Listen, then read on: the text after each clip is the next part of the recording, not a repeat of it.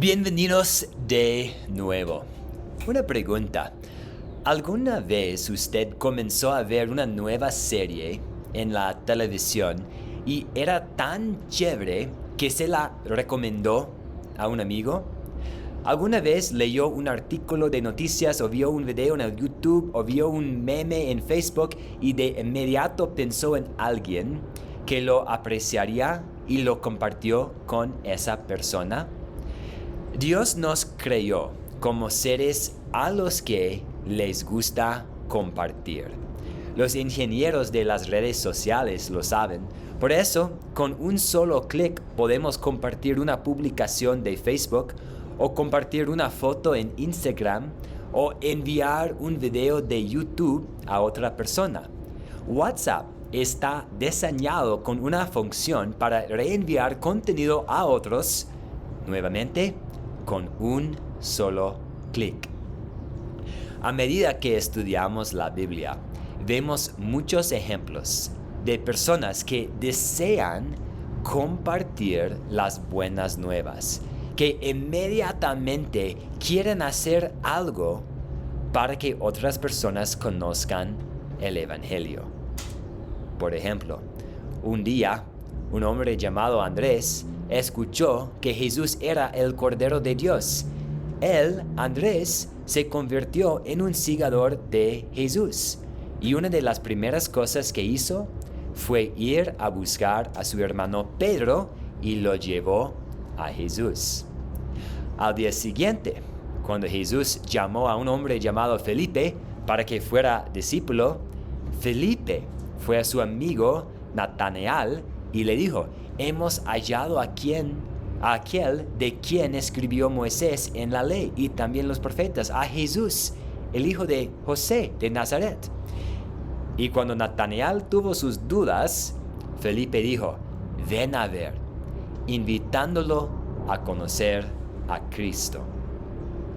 Doy gracias a Dios que usted también tiene ese deseo de compartir a Jesús con los demás. De hecho, ese es el propósito de este curso: ayudarle a ser un discípulo que hace más discípulos. Como usted ya sabe, su proyecto final será invitar a 10 personas, por lo menos a 10 personas, a estudiar los 4 conceptos claves con usted. Ya ha creado su lista de 10 personas para invitar. Pero, ¿cómo va a extender estas invitaciones? ¿Qué palabras usará? ¿Cómo llegará a estas personas? ¿Cómo serán estas interacciones? ¿Y cómo va a enfrentar el rechazo?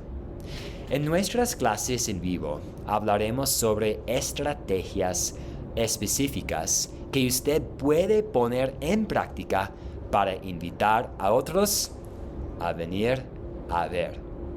Sin embargo, mientras hablamos de estas estrategias, es importante que distingamos entre las partes de la Biblia que son prescriptivas y las partes de la Biblia que son descriptivas.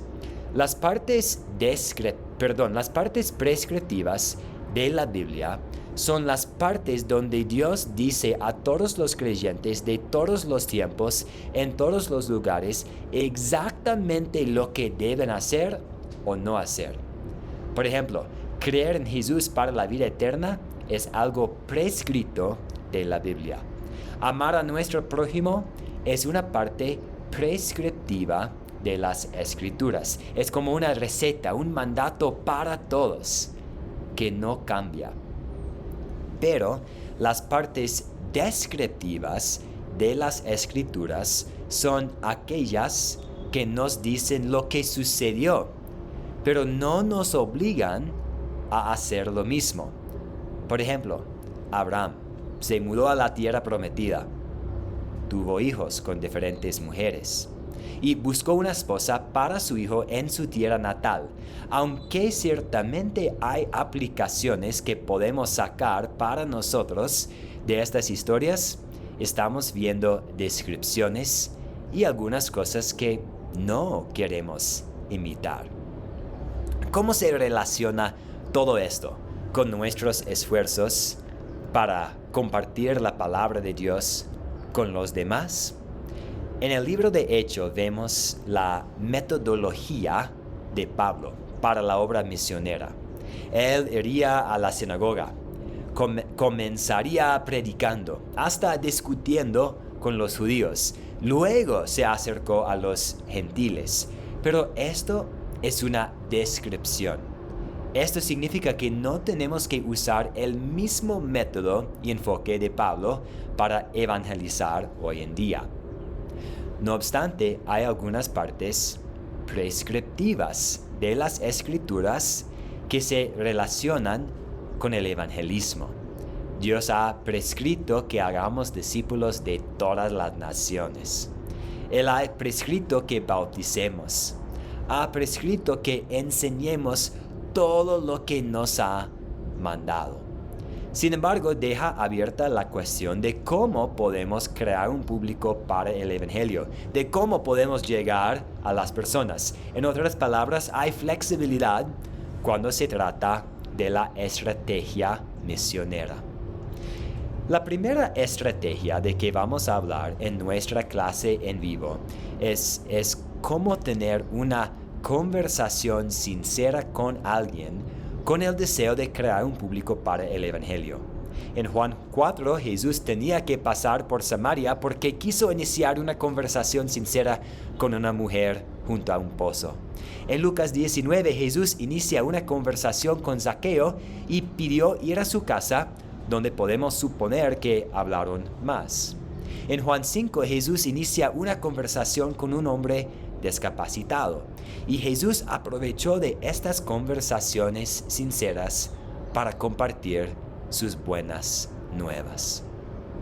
En nuestra clase en vivo hablaremos sobre las formas en que usted puede también iniciar y tener conversaciones sinceras con otros como una forma de crear un público para el evangelio.